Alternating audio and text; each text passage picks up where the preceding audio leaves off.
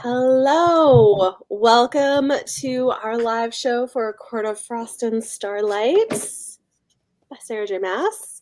There's actually 4 of us in the live stream tonight. That's very exciting. And this is the shortest book we will be reading by far. So this is the only short book in this entire thing. I mean, Catwoman Soul Stealer is not that long. Okay. But yeah, it's like a normal length book. Yeah. Hello. So how did this go? I know this was a reread for 3 of us, first time for Jess. So Jess, what did you think? I ended up at a 4.25, which is what I think I rated the first book. But also very much was just like, it was like a fun frolic through the snowy fields of Valaris. Like, it was not, there wasn't really any high stakes. There was nothing like, my explanation was, this is the epilogue that we all talk about wanting after like the end of a big series, where you're like, you want to see like the aftermath and how people deal with everything. And that's basically what this was. Okay. Now, had I been y'all reading these as they came out and getting this in like June and paying $30 for it and seeing this teeny tiny book, I would have been livid. But knowing what I knew going in, it worked for me. But that definitely would have colored my opinion. Yeah. Had I been reading it the 100%. Yeah. That's fair. Yeah. Yeah, that's Okay. Isabella, how was your reread? I am a Frost and Starlight apologist. I really like this book because I just think that it's a smutty Christmas story, like with my favorite characters. So where I don't have to worry about them dying. So for that, like I like it. It's something that's like fun to read, like to reread, like during the holiday season. I also think that this book does a lot more than people give it credit for doing, not just in like bridging the gap between, you know, Wings and Ruin and Silver Flames, but there's just like other like really tiny little things that are mentioned that like have never once been mentioned before in that story that are clearly gonna come into play in like future books. So I think it does a little bit more than just bridge the gap. Okay. Cool. Izzy. I mean, I'm like, it's like a 3.5 for me. I'll say that.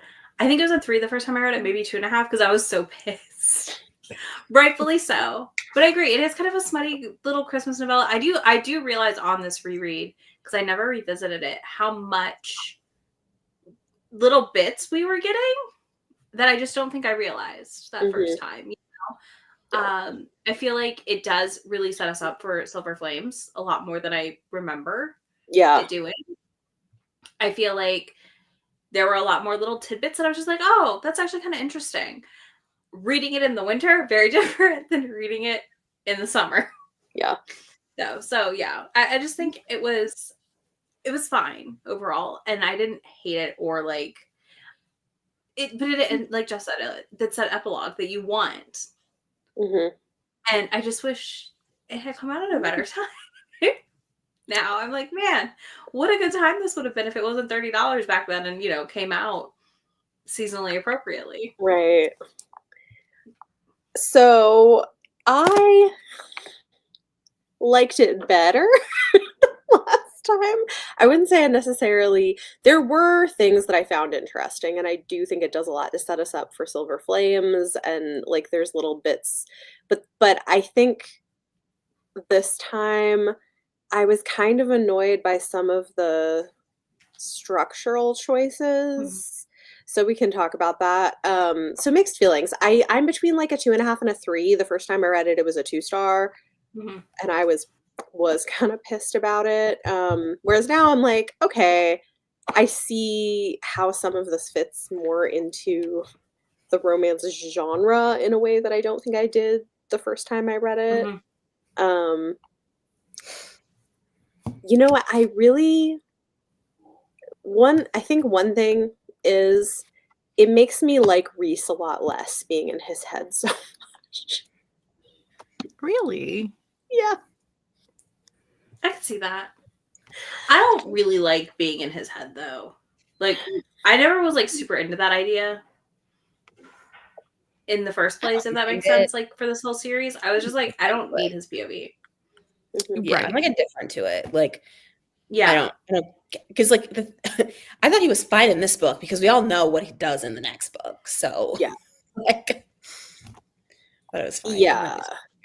I feel like he's just comes across to me as like more immature than I think he should be with his long life when we're in his head. But is that But not like, but like why- he's marrying like a 21-year-old though. Like, so his maturity level really Fair gonna be that point. high. Fair honestly, point, you know? with all her flaws, is like quite mature considering all that she like Yeah. had to hold together like Mhm. at a young age. So Yeah, I guess that's true. he makes up for his. I think this is kind of the kind of stuff I'm talking about, Jessica, where he's like, and we Mhm. did it there and there and there. Yeah, I mean, I think it's like stuff like that that I was like, okay, how old are you? Inconsistency with pronoun use in POV. Oh yeah, like Feyre, because like Feyre's is Yeah. first person. I think Reese is first person, but then like when it's Cassian, it's like third person. Mhm. Which I guess Right. makes a little bit of sense because Silver Flames is third person, whereas Mhm. the like trilogy is first person. Yeah. But yeah, it is a and little. she was It is, yeah, I didn't like that either, the jumping around. I also didn't love all the head hopping we're doing because we're jumping around to so many different It perspectives in this. feels too short for how much head hopping we do. Yeah. Like, did I not expect that in like a at all. 800-page tome. You know what I mean? Like, Jessica's like, I didn't feel that way at all. I didn't. Good. Is it because I'm okay? So this is.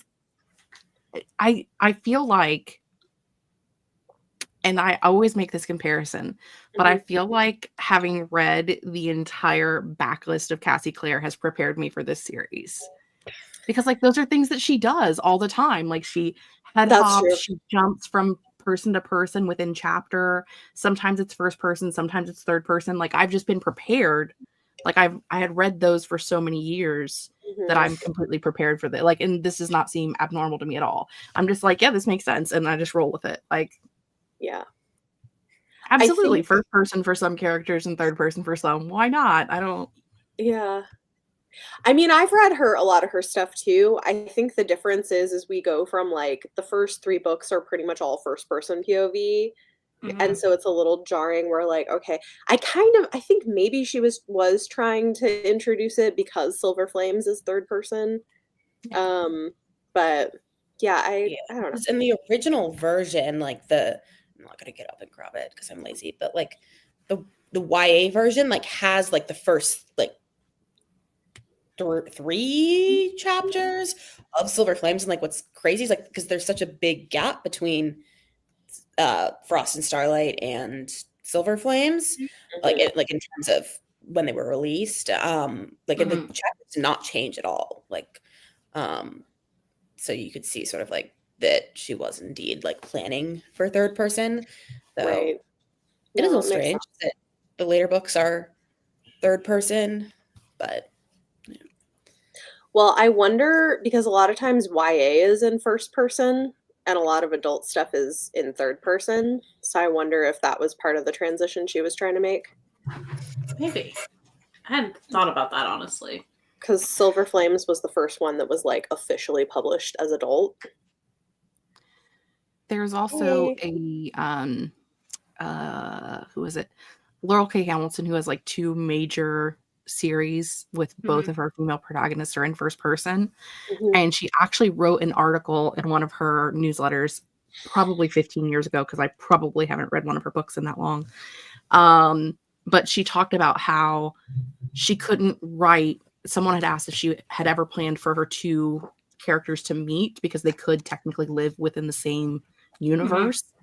And she said it would be impossible to write because how would you write like I walked into the room, but then you're also going to be saying everything else from the other person in that first person perspective as well. Like as a writer, it's really hard to write 2 people from first person when you have written them in their own stories and then to mix them together. So maybe she had attempted to write Cassian and Nesta from first person at some point, and it felt disingenuous to their characters, or it felt like she made them too much like Rhys and Feyre, and so she had to like switch to third person to make it feel more realistic for their characters. Maybe. I could see that, honestly. It's possible. That's interesting. There were some interesting things, like I didn't notice the first, well, some of it too is that obviously when I first read the Silver Flames was not out. But there were some things I noticed, like Rhys is talking to Feyre about Nesta and says Nesta is like an Illyrian. I noticed that too immediately. I was like, wait. I was like, pause. Oh, okay. Without spoiling anything. That was definitely a big pause moment. Like that was, yeah. Listen, there were like a lot I of like caught that, and I was like, that actually makes sense, and then just moved on with my life. Yeah. Well, it's gonna make a lot more sense in like, I don't know, when we come back to the series even. Well, It's and like this May. It's like May. May. I was like, I'm not gonna make it. I'm not gonna be okay. I'm gonna hold off because I am sticking to my reading these for the first time. But I'm gonna hurt on the inside, okay? just think how we felt when we had to wait like 2 years. I know. I don't. That's why I was like, if You I can just go and read it. We won't judge you if you do that. June. You have to wait till June. No, I'm gonna be okay. Oh yeah. I'm just thinking about like when like the next book will release. I'm like probably 2026. Yeah. That's what it's looking like, is probably like early 2026. Yeah. Yeah, we do get a lot more information about the process of like training Illyrian warriors and like the challenges they go through. Like all of that is in this novella. Again, there's a lot of like build up leading to Silver Flames, which I think is interesting. Yeah, I think what are we? Can we talk? Are we talking spoilers about Frost and Starlight yet, or Yeah. No? Okay. What I think is interesting, like just on reread, is I feel like that like the book hints at storylines for like every single character that could potentially have their own book. Like Asriel, like for like they talk about his mom, so like clearly his mom's like still alive. And they said like Rose Hall, which I was like, that is a place we have never heard of before. And then more like with her like has her own estate. I forget what the name was, but I was like, again, that is something we have never heard of before. Yeah. And then there are just other things like Elaine, like I just suspicious of Elaine. Like she's always just like in the garden, like the whole book. I'm like, I feel like you're not just gardening. I feel like you're doing something else. So Okay, there was a moment, and I don't know, this may be totally off base, but with there's a conversation that just made me curious, and this is probably unlikely given, but I was wondering. So, you know, Elaine is talking to Amryn, and asks her like, could you have chosen a male body? And then Amryn, kind of her response is like, sorry, there's no way you're not going to be human. But like part of my brain was like, what if Elaine is having like gender dysphoria or something, like, and just doesn't want to say that? I don't know. I don't know that that's something Sarah would write, but like it made me want, like, I don't know. It's interesting. No, I think Elaine like would do, like, I think we'll find out more about, because like Elaine is still kind of like very much of a mystery in a sense. Like I feel like I wouldn't be surprised like if she, you know, like desperately like actually like wants to become human again, like even though like Nesta is the one who's like outwardly having this like this like emotional crisis. I wouldn't be surprised, like Elaine's the one who had a fiance who was human. Like I wouldn't be surprised if like she wants to go back to that, or maybe is even trying to find a way to go back to it. Yeah. And I was like, I will say Amryn, I think, is like the best part of this book because she's just so funny. Like she's just like, I don't know how to pee. Like I have to find a way to pee everywhere. Like men can just whip it out, but I have to like actually find a place to sit down. And then like she's just like yelling at Reese, like, rein in that scent, boy. Like get it together, boy. Like I just think she's iconic. She is funny. And everyone's buying very her like sexy. jewels for Christmas. for Yeah. solstice. I love her. Like, I'm getting all this jewelry. Yeah. It's great. Like, as you She's easy to should. shop for. Hmm? She's easy to shop for. Find the biggest, sparkliest thing you can find. Mm-hmm. She's like a dragon. You know, Kind of. hoarding jewels. Maybe she was a dragon. Maybe she was a dragon. I mean, I wouldn't be surprised. I would track. Would not be surprised. Those are the hints we've been given.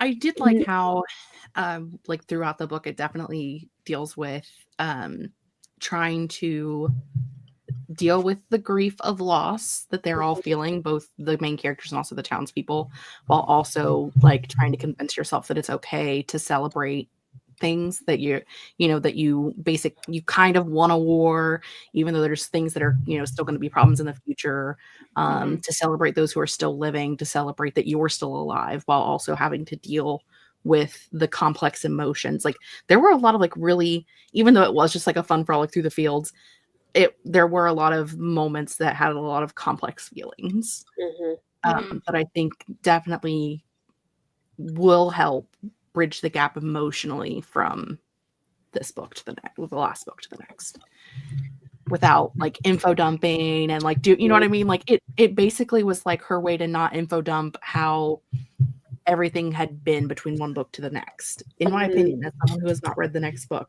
that's my theory. I think that is accurate. Yeah.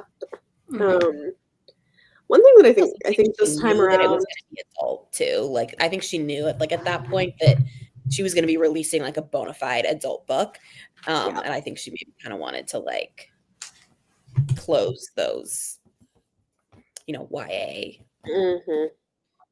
loopholes. I don't know. I think that's probably true. I definitely think this time around reading it, I also just really felt for Nesta, because I feel like even though, she's having a hard time, like Feyre just has no patience for her, and it is kind of messed up that she's like, well, you have to come to dinner if you want me to pay your rent. I'm like, okay. She very much gives Emily Gilmore vibes at times to her in this, and I'm just like, calm down. Yeah. I was literally just watching, I don't know if anyone knows this movie, probably not. It came out in 2007. Like I remember seeing it in the theaters, like when I was a kid. It's Fred Claus. It's just like Vince Vaughn, Paul Giamatti, like movie where like Vince Vaughn plays like Santa Claus's brother, and like obviously his younger brother is Santa Claus, is always like the perfect child and whatnot.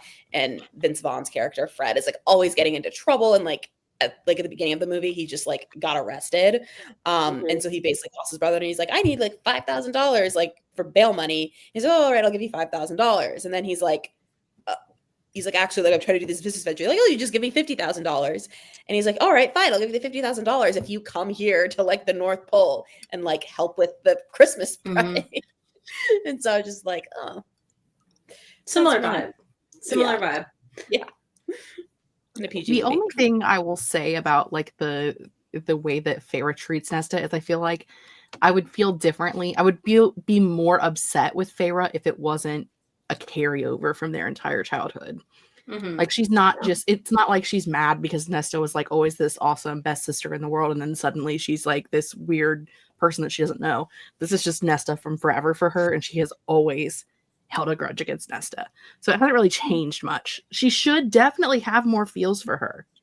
She should be a little more patient. Yeah. But I understand. I'm in Feyre's position. Like I would be pissed at. Like I think Feyre gives her more grace than I would have. Like if I were in that position, because I'm mean. But yeah. And would she really have not paid her rent if she didn't show up? I mean, she would have paid it, but I think I'd like to think. Yeah. I think I guess I understand though why Feyre resents the way she's being treated, because like she doesn't have anything for herself, and it's like all sort of handouts from her sister and brother-in-law. She doesn't really like that much anyway, and she's struggling with like and And then, you know, Feyre also is like judging her for not wanting to go see their dad's grave and stuff. And I'm like, okay, people deal with grief like how they want to deal with them. And Yeah. like that is a complicated relationship. So like let Like her she be. literally hid his like would hide his cane from him so he couldn't move. Like Yeah. That's true though. The grief part of it with all of it even it just makes it all it's much more complex for their relationship. Like on top of how they like interacted pre becoming Fae together. Though to be fair, Nesta's not really dealing with it at all. She has shut her emotions off. I don't know if she shut them off or just the grief shut them off, but she doesn't have emotions currently. Like it's all shut down. Like she even said in her narrative that she didn't feel anything. Yeah. So I mean, sometimes it's hard to give a fuck. Because I think there's like a line, I forget what book it's in, but I think it's Farah who says it, that people like to say that like they think like Nesta has no empathy and like no emotion, and Farah's like, I think it's actually the opposite, that she has that she feels too much. And so like her being, and so like if you're someone who feels too much, to be able to like you, it would not be something that most people could handle, all of the emotion behind everything that she's going through, plus everything that like the other people in that world are going through, and like, you know, so she just sort of shuts it off, like something I've done recently because of recent events. But I think she, you know, she shuts down to avoid feeling everything. Yeah. Which is maybe not healthy, but it's a coping mechanism. Yeah. Well, can that and, compartmentalize you know, well. sleeping with a bunch of dudes and getting drunk at seedy bars. Spending like however many. Yeah. Yeah. Yeah.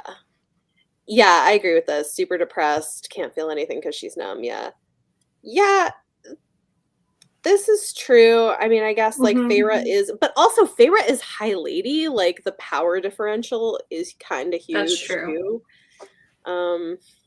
But yeah. And like Nesta doesn't have anywhere else to go because like she's Fae now. Like she's not like she'd be really like welcomed back in the human world, but she also didn't choose to be Fae. Like she was violently made into Fae, like against her will. And so I think like her like deciding to live in like the seedy part of town in like a grungy apartment and like that's dirty and gross, like is sort of, I feel like the one choice she feels like she has control over. So I feel like in a way Farah kind of doesn't want to, Farah kind of knows that and doesn't like want to mess with it. Because like, yes, Farah didn't like consent to like all the high lords like giving her a drop of their power, but she consented to knowing, you know, to going to rescue Tamlin, knowing what the outcome might be. Speaking of Tamlin, I think the other reason like Rhys rubs me the wrong way is like the way he deals with Tamlin in this is also just a little like, okay. I just don't know why we keep bringing him back. He just reads as really immature to me in this book. It makes me like him less. I don't know. I just feel like we didn't need a Tamlin cameo in this. No. Or Yeah, two, why? because we got two.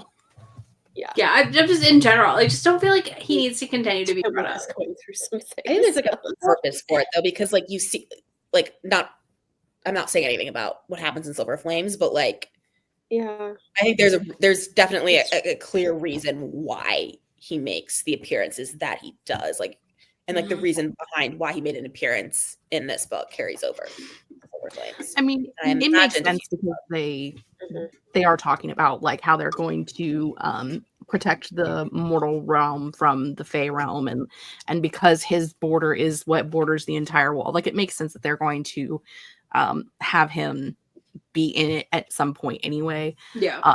But to be fair, was he really in it? Because he was not there. Like, dude was not home. Like, there was no one. Lights were on. That's no true. One was home. So, I mean, he needs some help. Maybe I missed something, or I missed the extent of it in earlier books, but they really talk about like what Feyre did to the Supreme Court in general to like make everyone hate Tamlin and Lucian. And like, I'm like, I know there were parts, but it just doesn't seem like it was so involved that like the entire, I don't know, what are we going to call it? A country, the entire region would just be like, we hate you, and just like leave him. Like, you know what I mean? Like, it didn't feel like it was that extensive. I don't think it was like the extent of it was necessarily as well developed, but I think it's that like Feyre is seen as this like defender of them, like she's the person who saved them, and she's always sort of like put the people first, like even in like the beginning of like Mist and Fury when like that like water nymph, whatever like water creature it was, and like she gave her jewelry so that she could pay, like she's always sort of been, you know, always been a defender of Tamlin's people, even when he wasn't defending her the way that he should have. And so I think like once she like decides she wants her revenge on him and she goes back and like Wings and Ruin, she like strategically does things that will make like undermine his trust in him. And especially because like already I clearly like at this point I think they already they feel more loyalty to Feyre than they do to Tamlin, I think at that point, because he was not the one that saved their asses, like it was her. And like even like when they were still having a hard time, like in the aftermath of that, it was not Tamlin who was helping them, like he was just sitting there demanding things from them, whereas Feyre was willing to give. So I think that like, you know, it would be pretty, you know, at that point I feel like, you know, they were kind of just like, yeah, we're done with you, jerk. I get it more with him because he is Tamlin, like I get it. But the Lucian I don't get, like they don't, like I just don't see, I mean, obviously he stood by his lord, whatever, but like as someone who has went through the shit that he's went through, that also makes sense. Like I feel like as a person I would be more sympathetic to him, like knowing what I know, but maybe the other people don't know what we know. I don't know. But yeah, I feel like who do you think should be more sympathetic to him? Like the people of the Supreme Court in general, like because he talks about how he doesn't have anywhere to go. But he's not. But that's because Tamlin kicked him out. Yeah, but like he doesn't actually have any authority. He doesn't actually have authority in the Supreme Court. No. Right, like. Oh, jeez. So, but when he talks about it with Feyre, he doesn't talk about how Feyre like turned Tamlin against him. He does say that, but he also more so says he talks about how the people don't trust him and how like he doesn't feel like he has a place because people in general don't trust him, which is weird to me because I just feel like as a person I would be more empathetic to his deal. I don't know because I don't even know that I really like him as a character anymore. But that's outside of the point. I just feel like, I don't know, there's just some people that I'm like, why do people, I feel like I missed something. Yeah. Which is absolutely possible because these books are like 9,000 pages long. So maybe I disassociated during that part. I don't know. That's possible. There's a lot. Missed something, but I also feel like I could see like, it's weird because we're coming at it having reread it all too. I feel like we pick up on things that like, it's not that you miss it, it's just like you may not notice as always. Yeah. Much. So I mean Tamlin is not like, if I'm being objective, like Tamlin is worthy of redemption, but I'm like, I don't know that I want to see it. Yeah, that's kind of where I'm at. I mean, because I think this is true, as part of it is coming from like seeing how his dad treated people. And that being, like that it's a cycle of behavior. I agree with that. Yes, he has generational trauma he hasn't worked through, but also same. I don't know that I want to like read that book of his redemption arc. Yeah, you know what? I would be okay with like the little meetings like we had in this book where you just like see him for a moment and you're like, oh, he's doing something to better himself. And then we pop back out. I'm okay with that. I don't need a whole Tamlin book, though. Thanks. No. I'm also like, who would like? I feel like no matter how much he can redeem himself, like I feel like being in a relationship with him would just be like torture for the person involved. And I'm like, is there a character we like we know of that, like a main character that we hate that much that we'd be like, you should be with Tamlin. I don't think so. Probably not.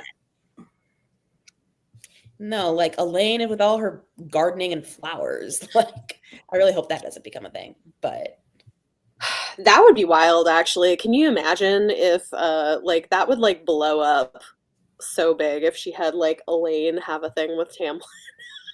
Yeah. It's a I mean, theory I feel like on it the would internet. have to be if like Elaine goes like does something like it'd be part of Elaine doing something nefarious. Like, Yeah, it wouldn't just be. that would be really wild though. Yeah, I agree with this. You know,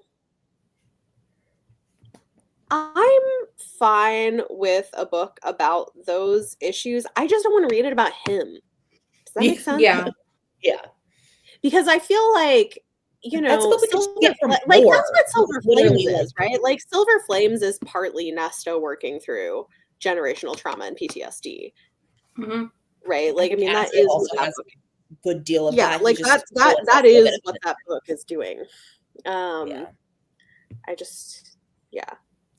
I do agree that there are other characters that I would rather read about, but I feel like his would be the most poignant of those because he's the one who has like the worst attitude.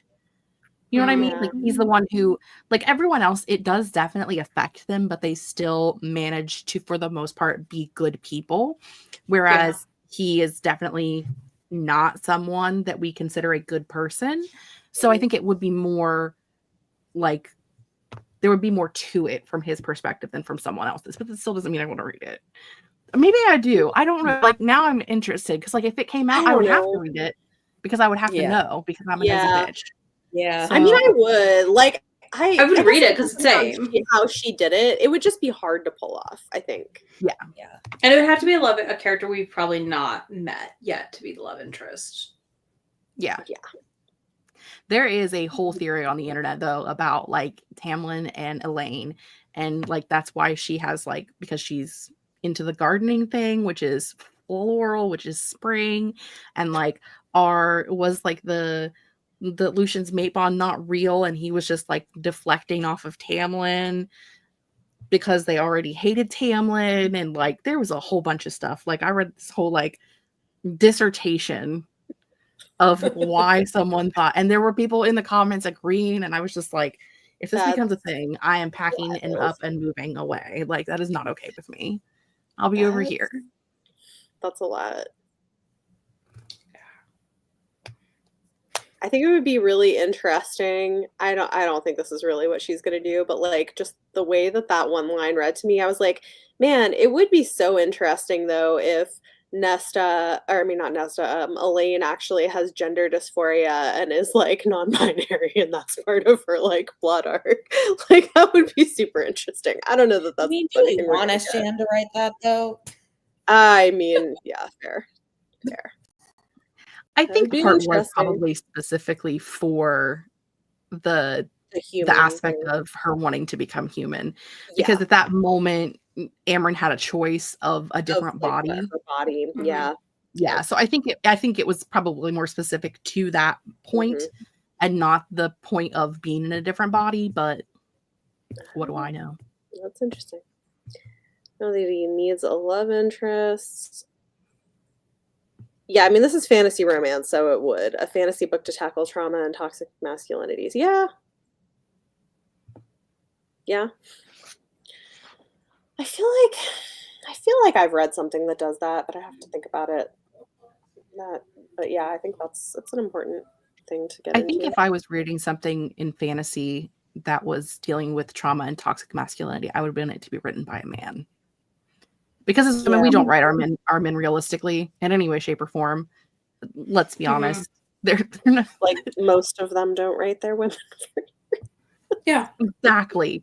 So if I read a book that is about a man dealing with that in a fantasy setting, I would want it to be written by a man, not a woman. So I agree with that. I do agree with that. Yeah. Also, because I just read a book that's about toxic masculinity, but it is not fantasy. But it was good. It's It was like a YA contemporary by a man about like generational trauma and toxic masculinity, a multi-generate like that. So that was good. So if anyone's interested, it's Everything We Never Had by Randy Rebay. He's like a Filipino author. So that was good if you're looking for that, but it isn't fantasy, so. Okay, what about the sex stuff? That's what we could talk about. Because I just like the whole thing. I mean, I know it's like a few sentences, but the whole thing of like him remembering how like he couldn't wait and like just like had sex with her flying through the air. I was like, That and part she was just crazy. kind of laughed. I was like, what? That was wild. That was a wild moment in time. I was like, they did Like, what now? no foreplay, just like whoop, and she just like, ha, ha, ha. Like, what the hell? I mean, the good news is he concealed them. I mean, So, there's so I guess that. people didn't witness it, technically. I don't know. I understand that there are people who feel that these books are very spicy. Mm-hmm. But I feel like they are salt and pepper. Oh yeah, they are. And there are 100%. people who think pepper is spicy. So like, Yeah, fine. But I just like every time I'm like, this is just not that like no, Yeah, it's more fun. I do think smut, Silver Flames you is know? maybe like some spicy peppers, but like it's not It's the most it's steamy not- thing you'll ever read. Like, it's not Mhm. spicy. It's just abstract. yeah. Like, who has sex flying through the air? Well, These would two. you if you had apparently. wings? Would I if I had no. No. I don't, Are you sure? it would not be on my list of things to try while I was flying through the air. Well, here's the thing too, is also it would be one thing if together they were like, hey, this would be a fun thing to try. But no, it wasn't that. He was flying her and just didn't want to wait till they got home. Like, that's the weird part to me. Like, I guess it's one thing if like you're sort of like, hey, this might be a fun thing to try out. It's the way that it happened that I was like, I feel like the question is to how with the logistics, he's like keeping them in place like a hummingbird in like one spot. That's my guess. But also, he can winnow. Why doesn't he just magically transport them to the house? yes, that's a good yes, question. thank you. But I like the vision of him as a hummingbird. I mean, he had the energy to like conceal them from the people of Valaris. So I mean, I don't know, it's weird. But listen, we learned that Reese has an exhibitionist side, and that's all we need to know. I don't need to know anymore. He did Always say just they almost wonder- crashed into a building. So they were during it. moving. So they Yeah. were moving. They were moving forward momentum through the air. Oh, he was clearly still like keeping his wings How? like because he's a super magical. I guess the wing movement, moving them Craziness. forward, didn't hinder the thrusting. Because, like, she can't do anything in that position, really. I But also Will- imagine he's literally he has to have his hands like this, like because I mean, it would have to be like hip thrust while flying, I guess. But, like, I just feel like the wing movement makes this not work very well, in my opinion. I don't know. Didn't she also have her wings in that moment too, though? Didn't she say she also had her wings when they were doing that? So that adds an extra complication of just what the fuck. Yeah, I'm just. Where's my fan art of this scene? Sure, it exists. I'm sure it No. does. Where's our wonder- like cringy TikTok reenactor? I Just just letting wonder this scene to us. what these Okay, bo- so like, she what did also they have were her wings using. out. But they shouldn't have ran into a building if she had her wings out. Yeah, it just it's just doesn't make logistical sense. No, it does Unless not. throw a ton of magic on top that is different. Magic that's already in the books. You know, I don't know. Maybe she was expressing like a distaste of like people who have sex in cars. Like maybe she knew it was so obscure and she didn't like it, and she was like, "This is like my relation to people who have sex while driving." Maybe that's it. Like that's This what I'm is gonna me think in my brain for like forever. reading Right, we Haunting need Katie Robert Adeline. to whip out her Barbies and make this make sense. Stick some wings on them and see if you can make this work. I will see if I can get my For anyone iPad who charged and doesn't I'll know, draw and Katie procreate for Robert us. uses Barbies to figure out the mechanics of her sex scenes because sometimes they involve like multiple people and different Mhm. positions. So, yeah. Listen, where's our cringe reenactor? It's on TikTok showing us this. But two, I did this for Haunting Adeline because he's like 6'5" and they bang in the Mustang, but he also restrains her with a seatbelt. And I was like, this is impossible. This would not work. It was like, I can, and people are like responding to me. They're like, I did it. And I was like, no, this is not going to work. I am telling you, without telling you, this is not going to work for a lot of reasons with his height. This is not going to work. Doesn't work. I like also wonder like what would the like Feyre and Reese books be like if she were like if she got to like actually like while she was writing them, like she actually got to write them as adult books. Because like yes, they're adult without like yeah, the fact that they were YA is irrelevant. Like they're not. Right. But like if she knew she was writing like books that were like being marketed towards adults, would she have like gone a little crazier? Probably. I mean, like their whole first, you know, they had that whole thing on like the table with all the paint. So I feel like she went as like yeah, and spicy then as she Youth could. and Ruin wasn't nearly as steamy, so I feel like she must have like gotten some kind of backlash. It was just like, I don't want to deal with this anymore. Like I'm just gonna just focus on the war. Like yeah, probably. That's Which again interesting. wasn't smutty, it was just abstract. Yeah. Just I think doesn't that's what she does. describe I details don't of the think. girl, she I doesn't think she know. writes abstract sex scenes that are like, if you are new to that, it is like, ooh, Yeah. but they're really. Do you feel that way with Silver Flames? So I feel like that one's a little bit more. Silver I don't Flames remember. is, It's been a while. I feel like Silver Flames is more in line with your like typical steamy romance. Like it's not like crazy. It's because it's still not like there's still a lot of plot in between all the Yeah, scenes. I mean, but that's like most romance books. So like 3 to 5% are sex usually, Yeah. right? So like people act like it's like every page. It's not. It's not. If you took it out, you know, then there are ones that are, but Yeah. generally, I don't remember a lot in Silver Flames, and I don't remember it standing out to me. So I do remember it being less abstract, though. It is. She And uses there a was lot more- more a lot of specific bodily like terminology for body parts and stuff Yeah. in Silver Flames. So yeah, it's less abstract. Because I was gonna say, I remember people reacting to the fact that she was less abstract in that Yeah. book and being like horrified, like pearl clutching almost. And I was like, boy, the things I've read. It just reads like your typical romance is like what Silver Yeah, I Flames know. I feel does. Yeah. But yeah. Yeah, I mean the other one in here that I've heard people complain about and now I wonder is like towards the end where he, you know, they're together again and she sends an image of their future child and then he finishes. Like some people are like, that's so creepy. But like, is this a breeding thing? Is that like what that's supposed to That's probably a breeding kink, yeah. I feel like Sarah Janet has a breeding kink, probably. That would track. Not to interrogate her choices in life. I don't know. These fae books where they live forever.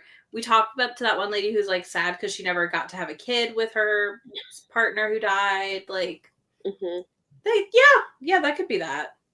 To me, it's weird for you to be, I mean, it's not, okay, this maybe just be because children, but like, to me, it's weird that you would be that upset about not having a child with your partner when you have grown up in a society where you know that children are very rare.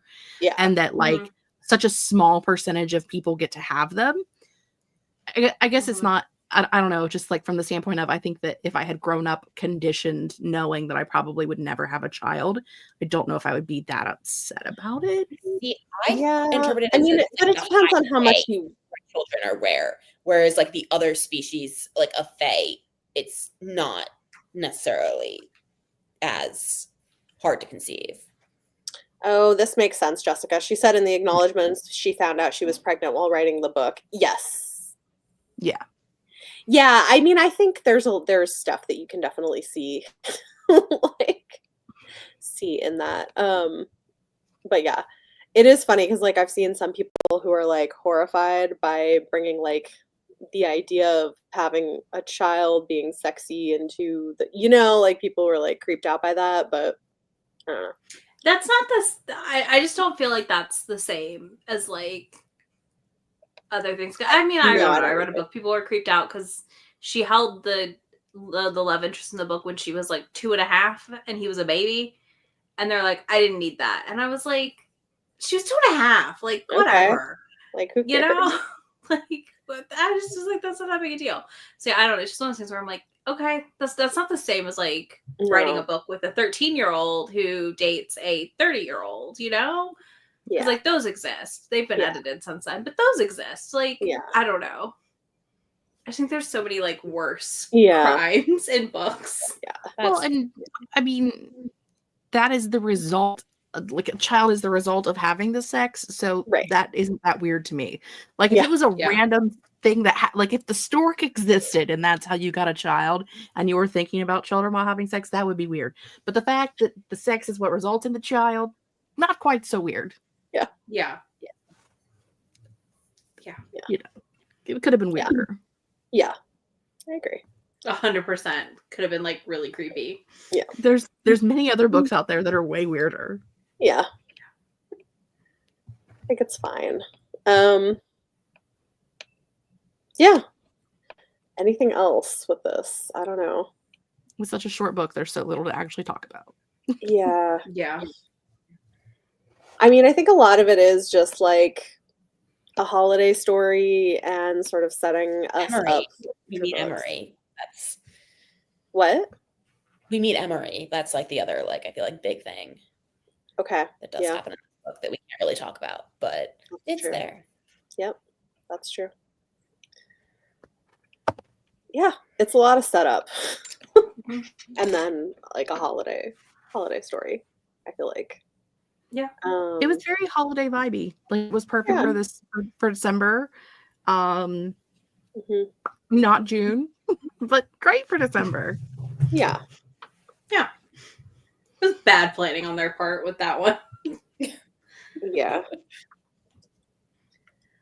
I feel like after this conversation, I'm like, yeah, 3 stars is probably like I'm okay with up is probably where I'm landing, honestly.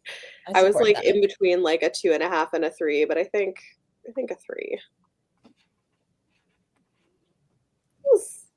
It's still like probably my least favorite book from her, but it's fine. It's not really a book. Yeah. It's a novella. It's book That's length, but it's a novella for her. That is Yeah. true. I think I put it as a novella in my spreadsheet because I was like, this is not a book. No, not No, for her. yeah, it's a novella, basically. Yeah, It so is like book 220 length for pages most or something. people, but a novella for her. Okay, Jessica liked this better than Assassin's Blade. Okay, I do too. Yeah. I think that's fair though. that's fair.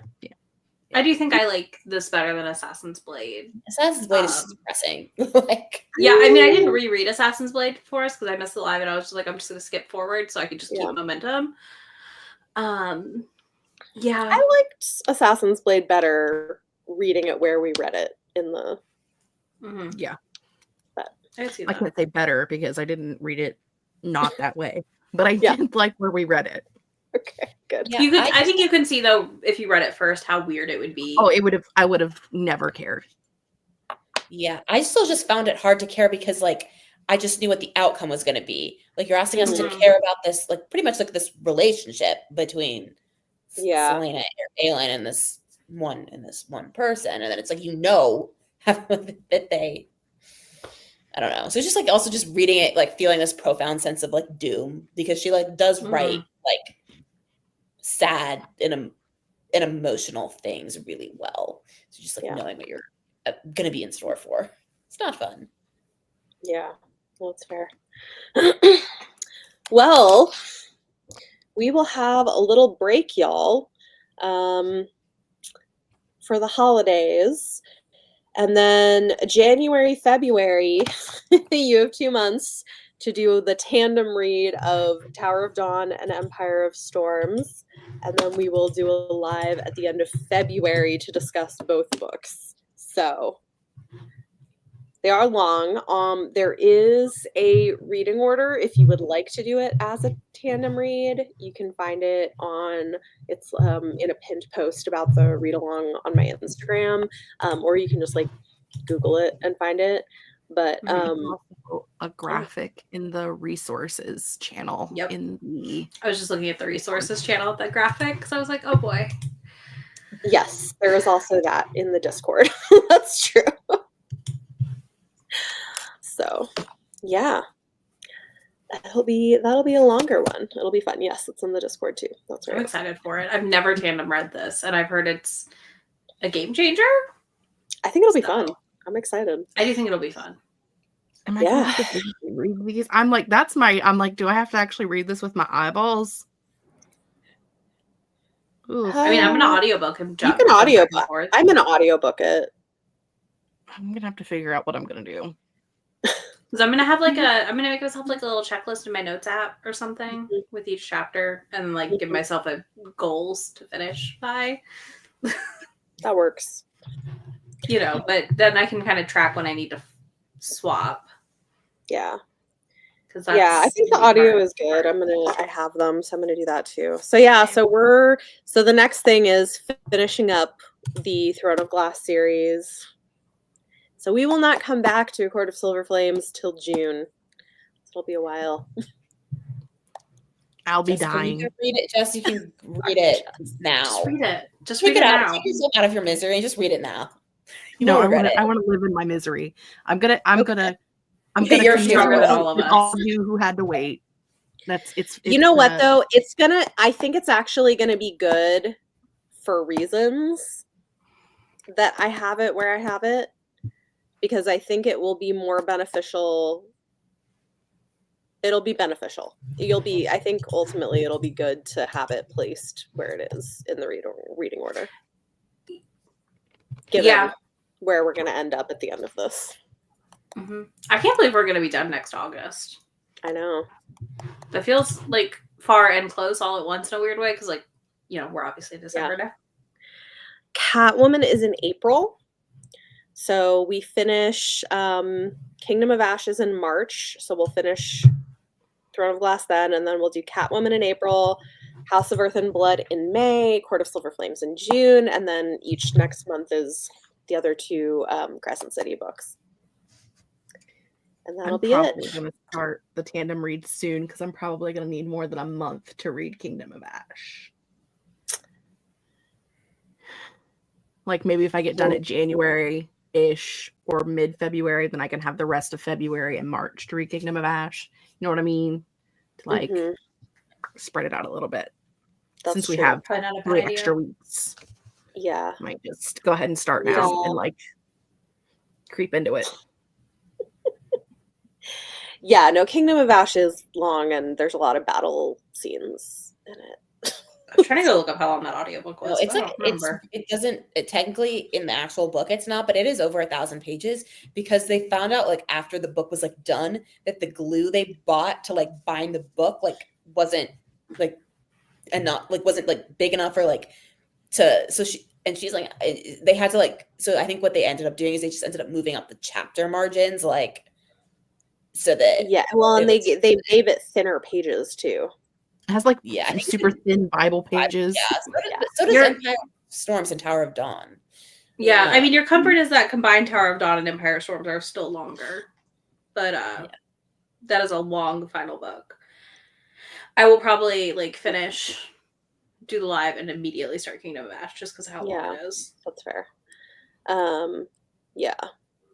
And I mean, if we want to do it before like the full end of February, we can discuss like when exactly Yeah. we want to do the tandem read live. Mhm. I definitely don't want to do it later because we've had a really bad habit of doing like creeping into the month behind. And Yep. if we do that, we are those people that sit and wait until 3 days before to start a book. Shh, Jess, don't. You tell cannot do that for the next ones. This is the And thing we is like can't. so I'm far gonna be in it's the been group chat being manageable like, because they hey. weren't that long, but like they're about to get roll No, on. and that's why I will if I will drop my schedule for everyone in the Discord, I guess, is what I'm gonna end up doing. This is what I'm reading these days. Yeah. Catwoman Yeah, I is think the only shorter book we have between now and the end of this. So yep. I'm just gonna plan a page in my planner for next year for reading these dang chapters. Writing it down before you forget. Well, and then you know what else I'm doing in January is I'm also like doing a Oathbringer buddy read with some of my patrons. Oh my gosh. Bethany, you just said I'm just gonna read these 3 things. You know. I know you'll read more than that, but it's fine. She'll end up still reading like at least 20. We'll see, it's fine. I'm right now I'm trying to read a bunch of my 2025 arcs because I'm trying to get a job, and so I'm like, well, let me try to get ahead of things so that I'm not like I'm also working on scrambling. 2025 arcs, so I feel you. I'm reading a I bunch have of so many already and I hate it. I have so I was many like, where too. did you all come from? I know. I have I know. But I still have 10 from this year that I haven't read yet. We're not going to talk about my leftovers. We're I'm just going doing to do better. pretty next good year. with this year, actually, which I'm pretty happy about. But I'm working on my February releases right now. So I'll get caught up eventually. Yeah, one day. I was caught up at some point this year. Like my percentage was like 98%. Like I was on it. nice. And then because I was so on it, I was like, I can request more. Mistakes. Should not have requested more. I keep requesting more, but it's bad. Anyway, okay, I'm up to we should wrap 13 this up for because next I year, feel like so there's this is that, like but yeah. very niche conversation that not everyone is going to be interested in. But thanks for joining us, everyone. We will be back in February. Keep an eye out here and on the Discord for details on the dates, but we're doing that tandem read, so we hope to see you then. Have a good night. Bye. Bye.